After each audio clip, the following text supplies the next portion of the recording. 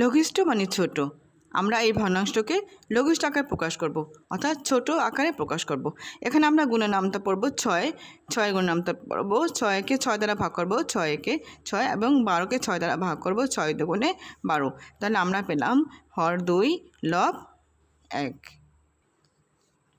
আবার যদি নেই 21 ভাগে 3 ভাগ, এক্ষেত্রে আমরা 3 গুণের নামতা পড়ব, 3 দিয়ে 3 দ্বারা ভাগ করব, 3 একবার যায় 3 একে 3 আর 3 7 21। অর্থাৎ একই সংখ্যা দ্বারা আমরা কি করব, ভাগ করব হর এবং লবকে। তাহলে আমরা পেয়েছি কত, 7 ভাগের 1 ভাগ।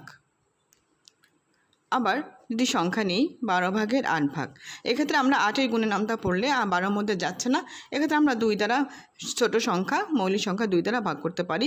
4 দুগুণে 8, 6 দুগুণে 12। এরপরে আবার আমরা 2 দ্বারা ভাগ করলে 2 দুগুণে 4, 3 দুগুণে 6। যেহেতু আর ভাগ যাচ্ছে না, নিচে হবে